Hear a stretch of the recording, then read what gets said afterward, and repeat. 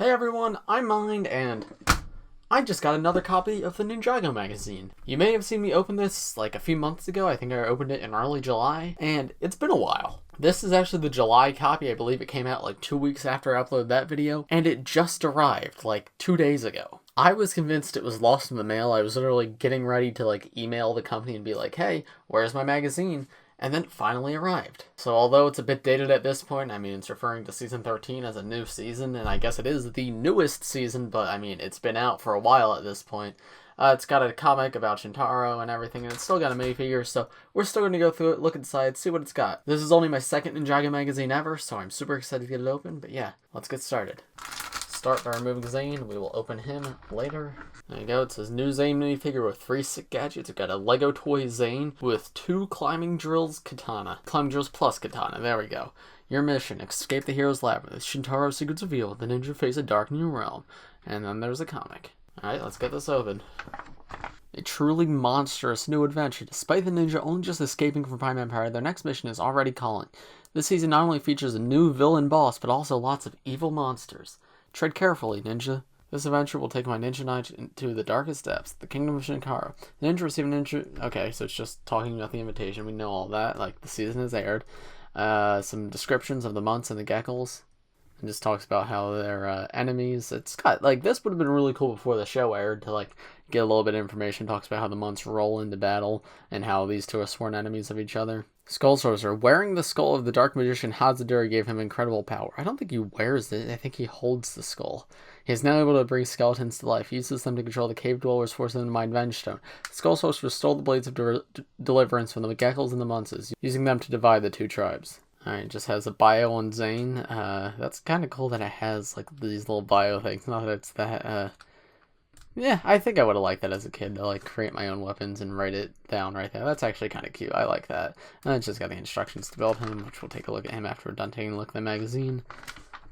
To get his hands on the legendary armor, Zane has to make the peak of the mountain. Only the figures that look exactly like the Zane figure at the start have the safe grip. Tick them all. Okay, so some of them just have like weird variations, like that one has a billion shurikens, that one's head is backwards. Okay, and then it's just a maze pretty much. Oh, it's not really a maze. No, it's not even a maze. Suit of arrow, the ninja suit up, taking the, so you just, it's to spot the differences. Zane is a gecko, Lloyd has no eyes, Jay has a mohawk, sunglasses. Yeah, these are cute. Like, it's a cute little activity there. Yeah, here's the comic. If you guys want to pause and read it, you can. I'm not going to read it all right here. Wow, they're communists. Everything here is free. And they've got the movie bounty here, which is interesting, considering they've switched to the Legacy bounty. There was an inconsistency like that in the last comic, too, where it was Legacy Woo instead of Season 14 Woo. So, yeah, that's interesting. Oh, the dire bats are back. Oh, continue to page 22. This isn't the end. Oh, this is cool. This little puzzle right here ties into the comic. That's actually really cool. I like that.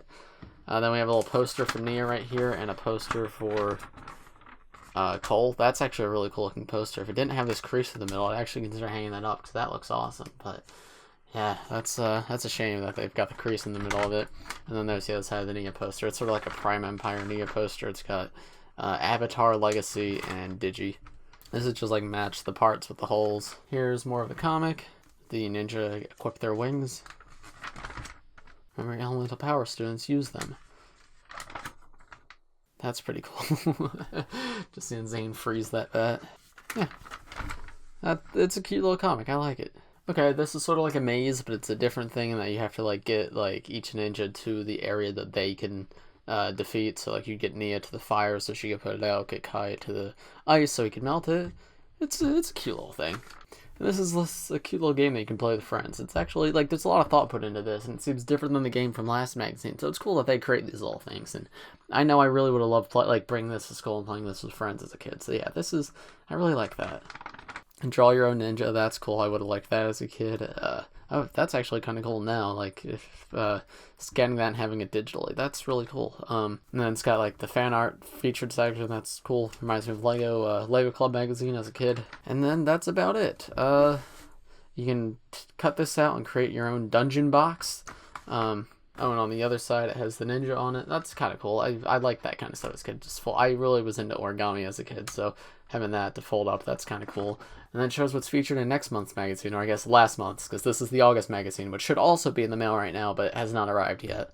But yeah, it is Digiloid. I can't say I'm too excited for that one, considering I already have like 3 or 4 of that figure, and this one doesn't even come with armor, so it's a little disappointing that we're getting Digiloid, so hopefully the next figure is... Well, actually we know the next 2. It's Digiloid, then Digikai, and then one of the rats, so hopefully after that it's cool. The only if they had Digicole or Nia, I'd actually be really excited for that, but Lloyd and Kai are not that exciting. But yeah, that's about it for the magazine, so let's take a look at that minifigure.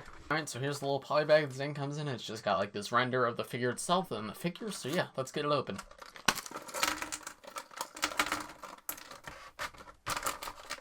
Alright, there's all the parts to build them. Let me get them built. So here is the Zane figure included in this magazine. And as you can see, he's got these like really long like drill pieces, like these pikes for mountain climbing. And I said this in my last magazine review, but these magazines always come with like really creative weapon builds, and this one's no exception. I really like these. They're just white bars with like this piece at the top, and then a shuriken on one side, and then like a unicorn horn on the other. And I don't know, it's just a really creative build. The weapons that you get in sets are all pretty standard, like they all look quite similar, so I always like how these magazines come with something cool, new, and unique. Another like kind of unique thing about this figure is that Zane has a yellow head. The yellow head for Zane is not uncommon at all, but it did not come on any Season 11 Zane, so this does make this figure technically exclusive. I mean, all the parts you can get elsewhere. But he always comes with a titanium head, so it is cool to have a yellow-headed Season 11 Zane. And honestly, I think it looks really good. The yellow fits really well with the blue like belt and hands. I actually love how this figure looks with the yellow head. He also comes with his armor piece, which, as I said in my last review, I always appreciate to get those because they're not super common in the Season 11 sets, so I always appreciate getting another one. I think I have 13 now, so I have all of the ninja and all the Forbidden Spinutsu ninjas. This is my first extra. So I'll probably keep this figure together and keep him with the yellow head because that creates some variation, and I like that. Accessories removed, though, you can get a better look at Zane's head right there. It's just the staring head he's had since the movie, just with his angry face. And then turning him around, you can see his alternate face, which is that big Ninjago movie smile face. Yeah, it's just a nice way to get this figure. It's not like the most incredible thing in the world, but it's got a really cool weapon build, it's a nice variation with the yellow head, and it's a nice way to get the armor piece. So yeah, no complaints here. So overall, I like this magazine. The charm from the first one is definitely worn off a bit. Like, I remember the first one, it was just really exciting to open it up for the first time and see my first Ninjago magazine. So this one being my second, understandably, is not going to be as exciting for me. However, I still definitely see that there's a lot of quality and love put in here. Like, the people who create this magazine definitely... Well, I'm not the target audience, right? I'm older. I'm not going to do all the little mazes and cut out the little boxes.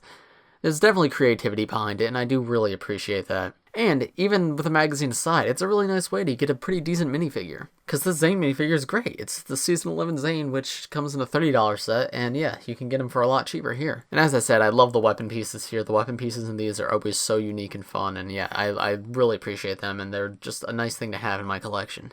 I can't say I'm too excited for next month because Digiloid without armor is not that exciting, and I don't know how much more Master of the Mountain content they can really get out, considering like the season's already aired and they have 5 more months to do before they move on to creating content for the next season. So yeah, we'll see about that. But yeah, as for this magazine, if you get the chance to get it, I highly recommend you do, because this is one of like the best value Ninjago items on the market at the moment. So while they're not in all countries and you probably won't get the chance to get it, if you do happen to find it for like an affordable price, I highly recommend you pick it up because it's really cool. But yeah, I think that's going to do it for today's video. If you enjoyed, please press like and subscribe if you're new. I do LEGO and Ninjago videos like this every single day, so if you subscribe, you'll be the first to see them. Thanks for watching, everybody. I'll see you in the next one. Bye!